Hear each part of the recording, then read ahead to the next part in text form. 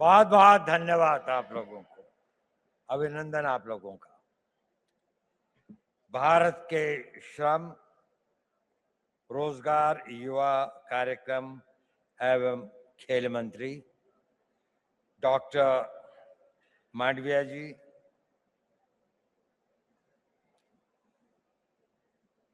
इस विभाग की सचिव श्रीमती पल्लवी गोयल, क्षमा कीजिएगा, और हमारी मिनिस्टर ऑफ स्टेट रक्षा खड़से जी और एडिशनल सेक्रेटरी श्री मिश्रा जी, प्रतिष्ठित यहाँ पर उपस्थित सभी लोगों को, और विशेषकर इस सभागार में उपस्थित 3000 वो युवा जो एक बड़े भारी कंपटीशन के बाद यहाँ पर आए हैं, उन सब का मैं अभिनंदन करता हूँ। मैं आभारी हूँ माननीय मंत्री जी का, जिन्होंने मुझे यहाँ आने का ये अवसर दिया। थोड़ा असमंजस था मुझे, मैंने कहा भी कि मेरा क्षेत्र, मेरा अनुभव यूथ के साथ उम्र का एक बड़ा भारी गैप, आप लोगों में से अधिकतर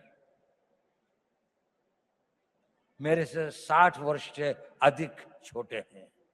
मैं स्वाधीन भारत में नहीं, उस भारत में पैदा हुआ था जब भारत स्वाधीन नहीं हुआ था। तो मैं आपसे क्या बात कर सकता हूं? क्या चीज है जिस विषय पर मैं आप लोगों से बातचीत कर सकूं?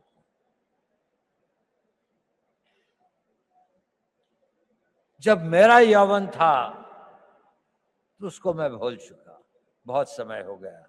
और जो आपका युवा काल है उसके अंदर इतना परिवर्तन आ चुका है कि मुझे कई चीजों का ज्ञान भी नहीं है। लेकिन एक चीज बड़ी कॉमन है, मैं जब युवा भी था और आज भी,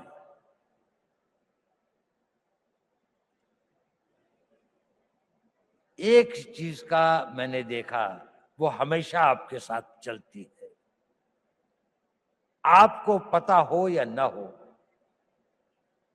आप कॉन्शियस हो या ना हो, चीज बहुत छोटी है लेकिन वो आपके जीवन की लोकाई को डिटरमिन करती है, उसकी गति और उसका क्या अंत में वो कहां पहुंचेगी इसका निर्णय करती है। वो होती है आपके निर्णय लेने की क्षमता। आप सभी निर्णय लेते हैं। युवा को अपने रोजमर्रा की जिंदगी में छोटे निर्णय और बड़े निर्णय करने पड़ते हैं, और जैसे जैसे आप बढ़ते जाएंगे, छोटी सी बात से और बड़े बड़े निर्णय आप लोगों को ही लेने पड़ेंगे। भारत तो विकसित होगा ही। भारत जिस गति और जिस रफ्तार पर प्रधानमंत्री मोदी जी इसको ले आए हैं, ये एक ऑटो मोड में भी चलेगा और विकसित हो जाएगा। लेकिन प्रश्न यह है कि इस विकसित भारत का नेतृत्व कौन करेगा, वो कितने सक्षम होंगे। और नेता की सबसे बड़ी शक्ति जो होती है, सबसे बड़ा हुनर, सबसे बड़ी योग्यता वो होती है कि वो सही निर्णय लेता है, समय पर निर्णय लेता है और अपनी पूरी आस्था और उसके साथ उन निर्णयों पर कार्यान्वित करता है। तो अगर आपको भारत के विकसित भारत का नेता बनना है, किसी भी क्षेत्र में हो, साइंस में हो, टेक्नोलॉजी में हो, सिक्योरिटी के क्षेत्र में हो, आपको निर्णय लेने पड़ेंगे और यह निर्णय लेने की क्षमता आपको अभी से विकसित करनी पड़ेगी। आप लोगों ने बहुत कुछ पढ़ा है, आप भारत के जागृत युवक हैं। निर्णय कैसे लें, बहुत सारे मोटिवेशनल स्पीकर्स बताते हैं। मैं उस बारे में ज्यादा नहीं कहना चाहता।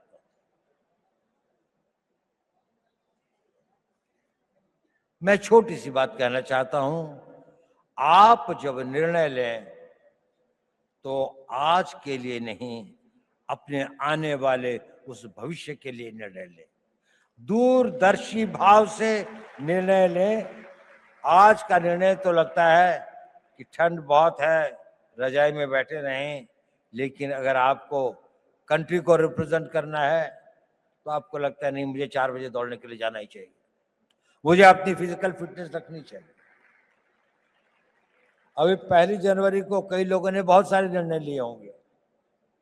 कल से पक्का सोशल मीडिया नहीं देखूंगा, टाइम खराब नहीं करूंगा, जिम में रोज जाऊंगा, खूब दिल लगा के पढ़ाई करूंगा। कुछ करते हैं, कुछ नहीं करते। सही निर्णय लेना बहुत जरूरी है, बहुत आवश्यक है। अपने निर्णयों को दूरअंदेशी से करें। हर निर्णय को लेने के साथ ये सोचें कि इस निर्णय के बाद मेरा अगला निर्णय क्या होगा, अगला कदम क्या होगा। एक कदम उठाने से पहले अगले 2 कदम की सोचें। जीवन के अंदर में ड्रीम्स से जीवन नहीं बनते, पर ड्रीम्स उनको एक दिशा देते हैं, आवश्यक है।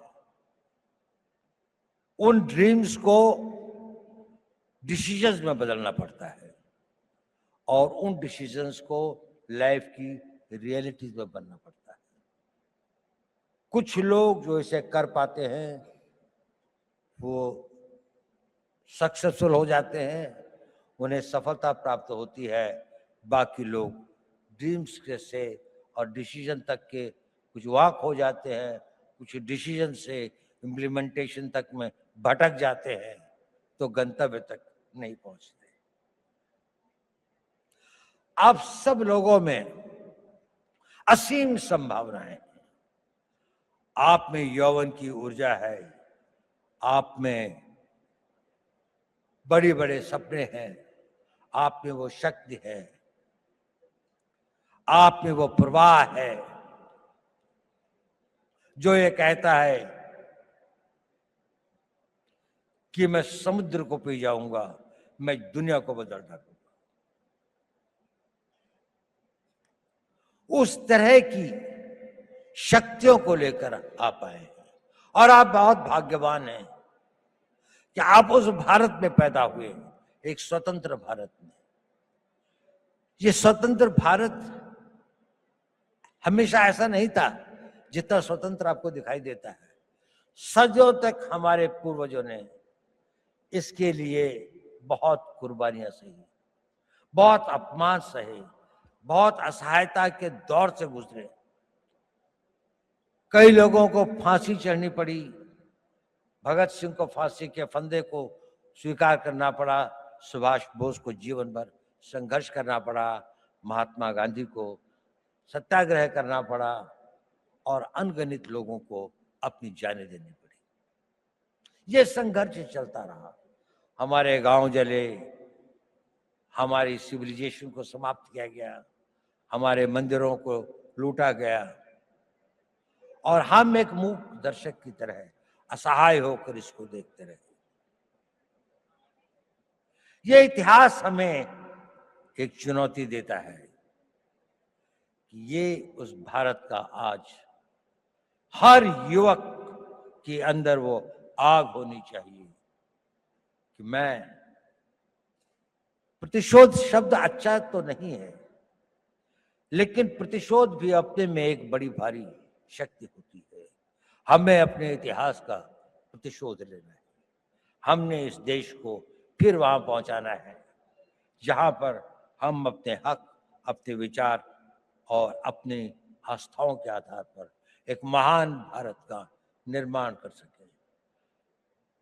हमारी एक बड़ी विकसित सभ्यता थी, हमने किसी के मंदिर नहीं तोड़े, हमने कहीं जाकर लूटा नहीं, हमने किसी बाहर के लोगों के ऊपर आक्रमण नहीं किया, जबकि सारी दुनिया बहुत पिछड़ी थी।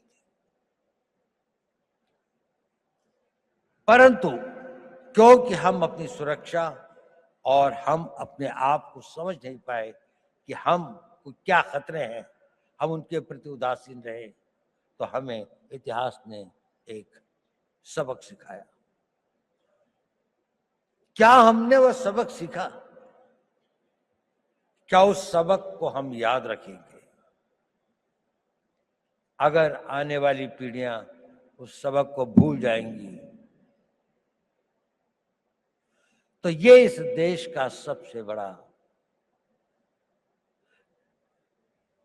ट्रेजेडी होगी। सेंट पीटर्सबर्ग के अंदर में एक बहुत बूढ़ा रवि रहता था, यू। वहां का जो बिशप था वो दोनों बहुत दोस्त थे।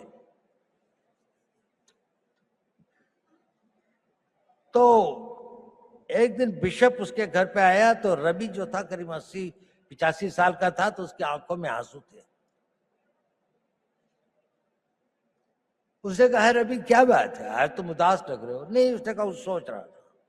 उसने कहा क्या सोच रहे थे? उसने कहा मैं ये सोच रहा था कि जूस का क्या होगा। उसने कहा देखो पिछले 2000 सालों से तुम संघर्ष कर रहे हो, 2000 सालों से यात्राएं सह रहे हो, 2000 सालों से तुम्हारे ऊपर इतनी अधिक वो हुई, प्रोग्राम थे दुनिया में, क्या तुम्हें इस बात का रोना आ रहा है? उसने कहा नहीं, मुझे इस बात का रोना नहीं आ रहा। मेरे विचार में यह ख्याल आया कि इन हजारों सालों तक संघर्ष की जिस परंपरा से, जिस आग को जिंदा रखा है, कहीं आने वाली पीढ़ियां इसको भूल तो नहीं जाएंगी, और भूल तो नहीं जाएंगे कि हमें अपने आप को फिर से शक्तिशाली बनाना है, अपनी रक्षा करनी है। ये भाव था, ये बड़ा पावरफुल सेंटिमेंट है, और हमें अपने उस सेंटिमेंट से ही प्रेरित होना चाहिए। कई सारी ऐसी बातें होती हैं हमारे ऊपर, कई सारे इस तरह के आघात होते हैं जिससे हमें लगता है अगर हमारे साथ में अन्याय हुआ है, अगर हमारे साथ दुर्व्यवहार हुआ है, हमारे गांव जलाए गए, हमारी मातृशक्ति का अपमानित किया गया, तो इसका हम भी अपने आप को इतना मजबूत करेंगे, हर रूप से, आर्थिक रूप से, रक्षात्मक रूप से, टेक्नोलॉजी के रूप से, हर क्षेत्र में हमें आगे बढ़ना है। तो मैंने ये बताया कि आवश्यक है कि आप जीवन में सही निर्णय लें और निर्णय लेने की शक्ति बढ़ाएं। मैं उस पर ज्यादा नहीं बोलूंगा क्योंकि आप लोग काफी जागरूक। मैं एक दूसरी बात पे कुछ कहना चाहता हूं। प्रश्न इस बात का, ये जरूरी है कि आप सही निर्णय लें, लेकिन सही निर्णय लेने के बाद भी वो निर्णय पर आदमी चल नहीं पाता। It is important that you take right decisions, but it is more important that you make your decisions right. आपने अगर निर्णय लिया तो आप उसे सही बनाइए,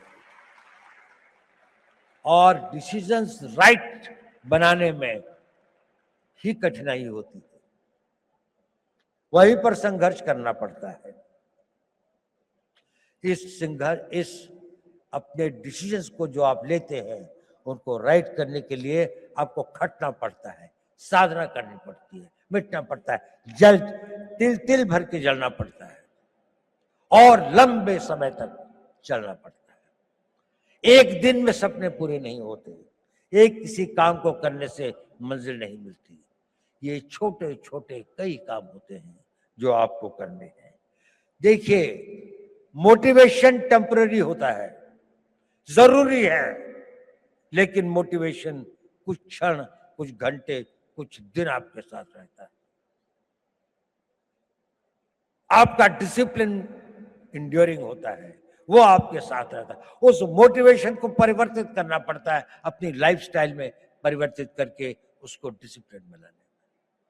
जब आपके जीवन का वो भाग हो जाता है तो कुछ दिनों में वो आपका आदत हो जाती है और फिर वो परमानेंट हो जाता है। आप सोचते हैं कि मुझे सवेरे 3:30 बजे या 4 बजे उठना चाहिए। पहली बार शायद आप किसी बात से मोटिवेट हुए होंगे कि किसी ने कहा होगा कि आप अगर सवेरे उठते हैं, आप अगर अपना फिजिकल फिटनेस ठीक रखते हैं, आप योगा करते हैं, समय लगता है उसके लिए। आप 9 बजे उठ के नहीं कर सकते। आप अपनी पढ़ाई कर सकते हैं। तो 3 दिन तो आपने किया, चौथे दिन आप भूल गए।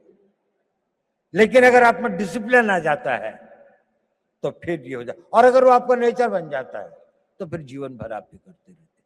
तो अपना मोटिवेशंस को अपने डिसिप्लिन में परिवर्तित करें, ये एक इंपॉर्टेंट टिप है। ये भी बहुत जरूरी है कि जब आप निर्णय लें तो इसमें जो काम करना होता है उसको पोस्टपोन करने की आदत मत डालें। अगर कोई काम करना है तो वो अभी करना है, आज ही करना है। मैं इसको आधे घंटे के लिए नहीं पोस्टपोन करूंगा। अगर आपने उसको पोस्टपोन किया तो ये भी हैबिट फॉर्मिंग होता है, यह आपकी आदत बन जाएगी और आप जीवन में अच्छे कामों को करने की इच्छा तो होगी, लेकिन आप उसे पोस्टपोन करते जाएंगे। पोस्टपोन मत करिए। दूसरी बात, कभी कभी किसी कारणों से व्यवधान हो भी जाए तो don't quit. Tenacity is a very important power. आपकी लगन, उस लगन के साथ में लगे रहें, क्विट मत करें, सरेंडर मत करें। कष्ट आएगा, रुकावटें आएंगी, तकलीफें आएंगी, ठहरना होगा तो ठहरेंगे, लेकिन ना अपनी मंजिल छोड़ेंगे, ना अपना रास्ता बदलेंगे। आगे बढ़ेंगे तो पूरे जोश के साथ बढ़ेंगे। और एक बहुत बड़ी बात है कि अपने ऊपर विश्वास मत छोड़ें। स्वामी विवेकानंद जी ने कहा था, पुराना धर्म कहता है नास्तिक वो है जो ईश्वर पर विश्वास नहीं करता।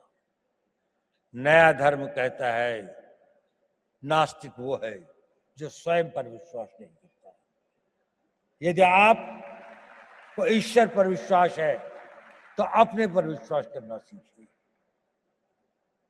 आप इसको कर सकते हैं। ये शक्ति आप में अपने आप आ जाएगी अगर आप अपने आप को ये करेंगे। मैं आपसे ये सब क्यों कह रहा हूं? इसलिए कि आप भविष्य के नेता हैं। अगर आप भविष्य के नेता हैं तो आपको डिसीजन लेने पड़ेंगे। अगर आपको डिसीजन लेने पड़ेंगे तो आपको उन डिसीजंस को कामयाब बनाने के लिए पूर्ण आस्था, पूरी कमिटमेंट, पूरी मेहनत, पूरी लगन के साथ समर्पित होना पड़ेगा। लेकिन इसका एक और कारण भी है जो मैं ये बात आपसे कह रहा हूं। ये बात सही है कि नहीं मैं नहीं कह सकता, लेकिन ये मेरे 81 साल के जीवन का अनुभव है। और आप लोगों को गुमराह करने से बड़ा पाप मैं कोई नहीं कर सकता। मैं आपसे एक बात कहना चाहता हूं, ये मेरे अनुभव के आधार पर भी है, और मेरा अनुभव मेरे अपने जीवन का नहीं, और हजारों लोगों के साथ जो मेरे जीवन का अनुभव रहा उस पर भी। जब आप अपने आप को इस तरह से ढालते हैं, 5 साल का टाइम दीजिए, केवल 5 साल, कि मैं जो निर्णय करूंगा उस पर अटल रहूंगा। 5 साल अगर आपने यह काम किया, आप में एक अद्भुत एनर्जी पैदा होती है। वो होती है आपकी विल पावर। और ये सब जो मैं कह रहा था वो इसलिए कह रहा था, सही निर्णय लें, निर्णय पर अटल रहें, ताकि आप में वो विल पावर पैदा हो सके। और वो विल पावर क्या होती, मैं आपको छोटी सी कहानी सुनाता हूं। 11 अप्रैल 2011 को हमारे कंट्री की एक नेशनल वॉलीबॉल प्लेयर थी, उनका नाम था अरुणिमा वर्मा। वो वॉलीबॉल के टूर्नामेंट से आई और अपनी परीक्षा देने के लिए दिल्ली से लखनऊ जा रही थी। बरेली के पास कुछ डकैतों ने उस पर हमला कर दिया और लोगों से सामान लूटने लगे। अधिकतर लोगों ने दे दिया। उसके गले में चेन थी, उन्होंने चेन खींचने की कोशिश करी, उसने रेजिस्ट किया, उसने नहीं दी चेन। उन लोगों ने उसे ट्रेन से बाहर फेंक दिया। वो बहुत बुरी तरह से लहूलुहान हो गई। दुर्भाग्य देखिए, उसी समय दूसरी ओर से एक ट्रेन आ रही थी और वो ट्रेन से उसका पांव कट के अलग हो गया। रात के 2 बजे का समय था।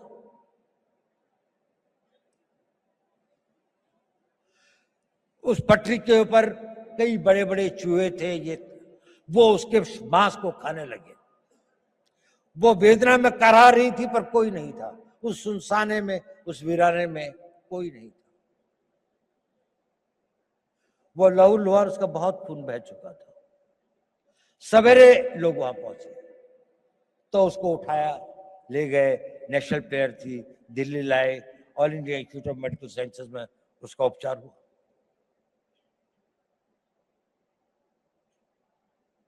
और उसकी पूरी टांग काट दी गई, एम्प्यूट करनी पड़ी।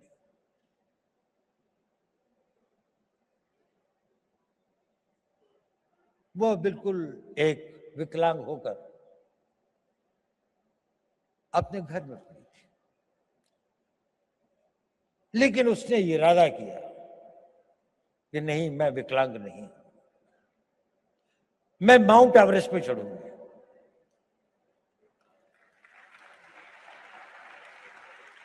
डॉक्टर्स ने कहा कि इस तरह की टांग से तो कोई चढ़ ही नहीं सकता और इसको भी स्टेबलाइज होने में तो कई साल लग जाएंगे। उसने कहा नहीं, मैं तो आज ही से प्रैक्टिस करूंगा। 13 मई 2013 को उसने माउंट एवरेस्ट पर चढ़ी। पहली एक पांव न होने वाली महिला में एक आर्टिफिशियल उसके साथ में, और वही नहीं, सबसे पहले चढ़ी टॉप पर। जो पूरा गैंग ग्रुप था उसके अंदर में वही बेस कैंप से सबसे पहले आती थी। क्या था उसके अंदर? Physical strength, opportunities, talent. इस सबसे ज्यादा उसके अंदर वो विल पावर थी। और वो विल पावर उसके साथ में एक दिन में नहीं आई। जब उसके जीवन को लोगों ने पढ़ा, समझा, उसने बचपन से ही अपने अंदर एक ऐसी शक्ति पैदा की थी कि जो उसकी स्ट्रॉन्ग विल पावर थी। मैं चाहता हूं कि आप लोग इस 5 साल के शेड्यूल को फॉलो करें। इसके लिए नहीं कि निर्णय सही होंगे, इसके लिए नहीं कि निर्णय को आप निर्णय कर पाएंगे तो आपको सफलता मिलेगी, वो तो मिलेगी, लेकिन उस कमिटमेंट, उसके साथ में, रिगर के साथ में, उस डिसिप्लिन के साथ में अगर आप अपना जीवन जिएंगे तो आपके अंदर एक बहुत स्ट्रांग विल पावर पैदा होगी। और वो विल पावर एक इतनी बड़ी शक्ति होती है कि आप जो चाहोगे वो कर सकते हो। आप उसकी इच्छा करोगे, वो इतना बड़ा फोर्स मल्टीप्लायर होता है कि वो आपकी physical energy, mental calibre, mental talent वगैरह, एवरीथिंग एल्स, वो सब कुछ जीतती हुई आप देखोगे कि जीवन में ये असंभव चीजें क्यों होती। अब तो मेरे अंदर इतनी शक्ति रह भी नहीं, अब तो शायद मैं नहीं इसके काबिल हूं, लेकिन वही हो जाता है क्योंकि आपके अंदर वो ये डोरमेंट शक्ति ईश्वर अपने द्वारा बनाए हुए हर इंसान में देती है, लेकिन 99% की बिना जागृति खत्म हो जाती है। कुछ लोग इसे जागृत करते हैं और वो अपने डिसिप्लिन से और उसको अपना नेचर बनाकर जागृत करते हैं। आप अपनी उस इच्छा शक्ति को बढ़ा सके, वही इच्छा शक्ति एक राष्ट्र शक्ति बनती है। लड़ाइयां क्यों लड़ते हैं हम लोग? कोई हमसे साइकोपैथ थोड़ी हैं कि दुश्मन की लाशें हों, डेड बॉडीज पड़ी हों, कटे हुए कटे हों तो हमें कोई बहुत संतोष या बहुत सुकून मिलता है। इसके लिए नहीं रहती लड़ाई।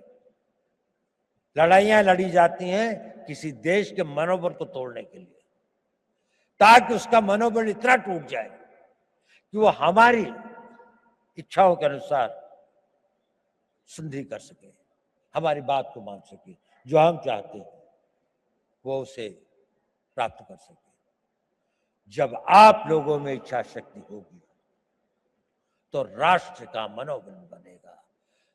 The will of the nation जिसे कहते हैं, कि जिसके लिए लड़ाइयां लड़ी जाती हैं।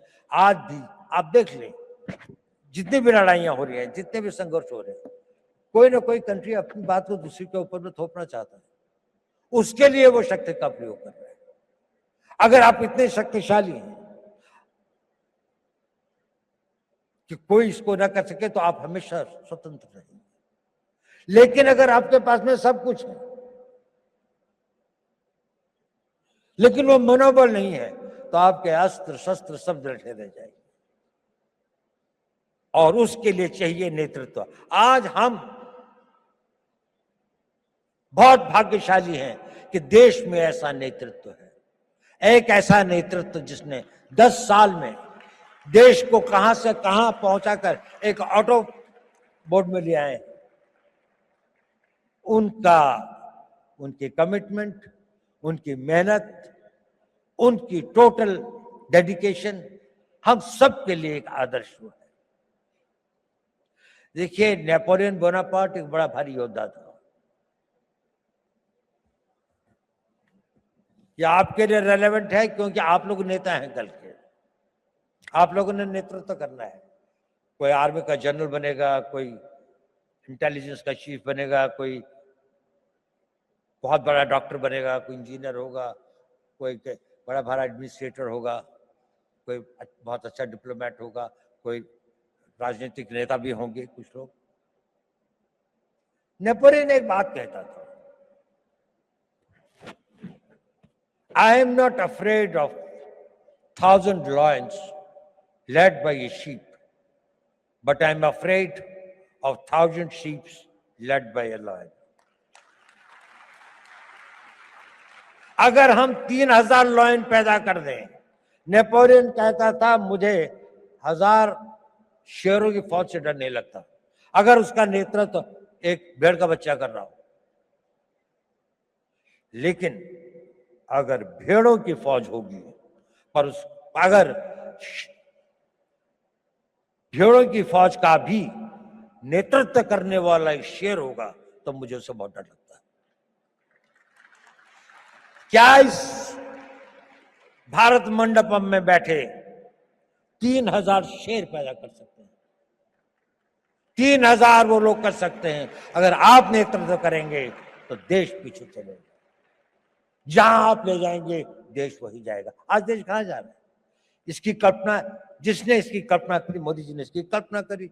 एक संघर्ष क्या, एक टीम, जो भी इतना सारा, इतनी मेहनत, इतनी लगन, इतनी कमिटमेंट, इतनी इमेजिनेशन के साथ में, इतना डिसिप्लिन है कि वो भी एक तरह से ऑटो मोड पर डिविनिटी के साथ चलते हैं। कहां से विचार आते हैं, नए नए विचार किसी भी क्षेत्र में। हम लोगों का तो थोड़ा स्पेशलाइज्ड क्षेत्र है, उसमें भी मैं देखता हूं हमेशा उनको कोई एक नया विचार, एक नया वो आता है उस विल पावर से, उस टोटल कमिटमेंट से, उस पूरी की पूरे समर्पण से। आप बहुत भाग्यवान हैं। आप एक उस भारत के तो देखेंगे जिसकी हम कल्पना कर सकते हैं। जब आप अपने यौवन में, जब आप अपने उसके आगे अपनी मेहनत और लगन से आगे पहुंचेंगे, तो उसके बाद आप देखेंगे एक बहुत बड़े भारत की आप होंगे। लेकिन ये पहली बार नहीं होगा कि भारत के इतिहास में ऐसा हुआ। जब जापान का उदय हुआ तो वेस्ट के अंदर में एक बड़ी बहस चली कि क्या एशियन कंट्री कोई जो है वो वेस्टर्न कंट्री से आगे निकल सकता है। तो मैलिस एंडरसन करके एक हिस्ट्री के कैम्ब्रिज यूनिवर्सिटी के अंदर में एक हेड ऑफ द डिपार्टमेंट थे, उनसे कहा गया कि एक स्टडी की जाए कि ये इकोनॉमी जो है इसका क्या इतिहास रहा।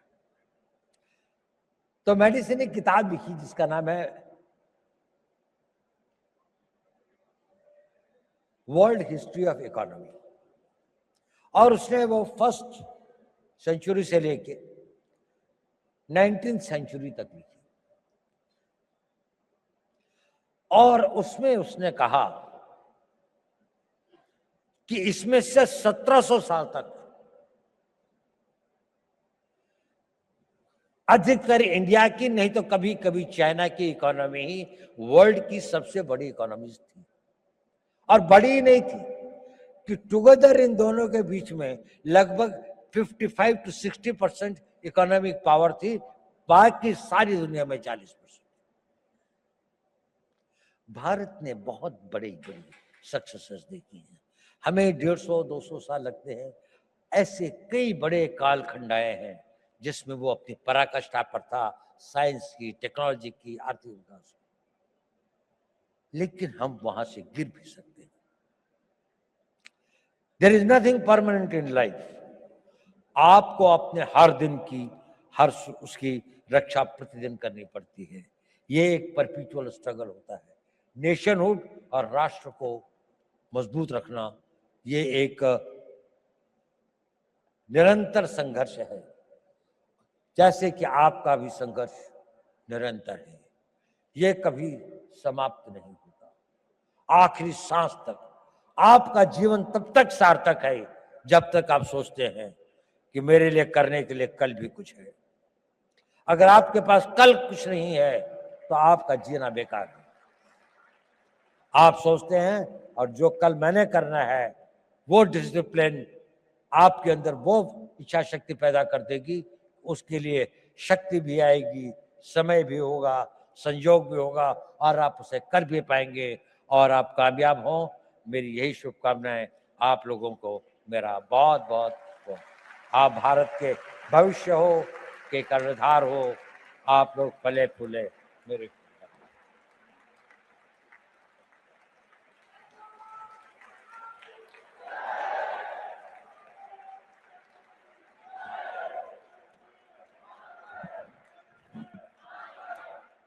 धन्यवाद सर। आपका अनुभव और आपकी सोच हम सभी के लिए बहुत मूल्यवान है।